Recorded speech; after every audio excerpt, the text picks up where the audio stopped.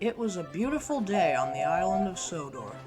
Donald and Douglas were taking a goods train down Edward's branch line.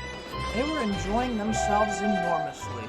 The fresh morning air couldn't help but brighten up their spirits. This is the life, ain't it, Dougie? Quite so, Donald. They arrived at a station to have their freight unloaded. As they waited, D-199 came in. The twins did not like the new diesel. Good day to you too. What do you want? Just being friendly. Well, do it somewhere else. We're very occupied at the moment. Alright then. Later, 199 found the twins again. They were most annoyed. Wow, that's quite a load of trucks you got. Yes, because we happen to be very strong. Stronger than you dirty mainland diesels. I remember last time you were here. You were so weak, you couldn't even move a few tankers. Ha! And the twins rudely huffed off. 199 was very sad.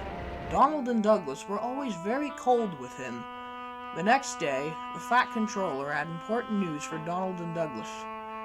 The old line that leads to the flour mill is going to be restored, and the mill will be turned into a big resort. I need you to take building supplies. Aye, sir. But what about the old bridge on the way? That bridge is indeed old, and will be rebuilt as soon as the resort is complete. But for now, it should be sturdy enough. Just before the China Clay Works, there is a junction to an old branch line that was used for transporting flour from Brendan Flour Mill to the docks. It had been closed for over 50 years and was the haven for drug users and other illegal activity. Donald and Douglas were thrilled by the line's naturalistic beauty. The bridge, on the other hand, was very unstable. It creaked and groaned as they chuffed over it. Jeez, it's like we're crossing toothpicks. Scaredy cat. I'm not, and Sue, I am not. Stop arguing, you two! Meanwhile, D-199 was ranting about the twins to Edward.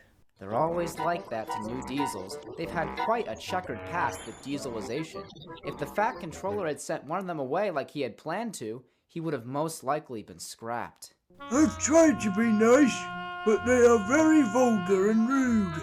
Now, they aren't horrid once you get to know them. They're always skeptical when it comes to outsiders.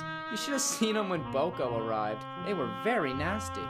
So it's not just me, it's stereotyping. Those racist black buggers.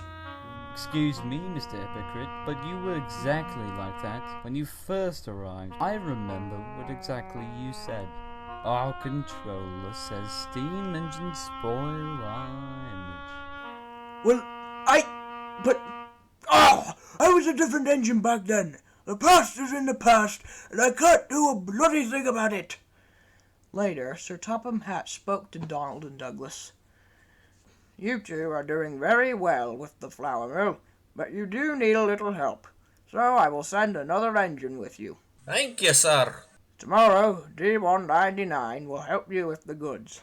The twins growled. The Fat Controller was very cross. All right, you two. I know that this diesel was very troublesome in the past, but he has reformed and is very hard-working. You don't need to be friends with him, but for God's sake, stop tormenting the poor fellow with your rudeness. The twins stayed quiet, for at least the evening.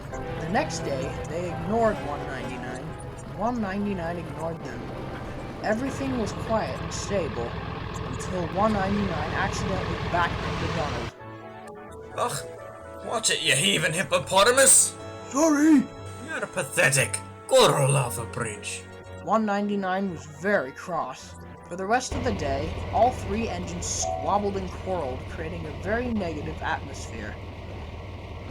Hurry up, you're slower than a fast controller. Did you hear something? It sounded like out-of-tune bagpipes. Ach, you Oh boy, I'll be glad once you do secede from Britain. Enough! Both of you! Later, Donald and Douglas were getting ready to take another train to the docks. 199 stayed behind. Let's get out of here, Dougie, before all our liable causes any more trouble.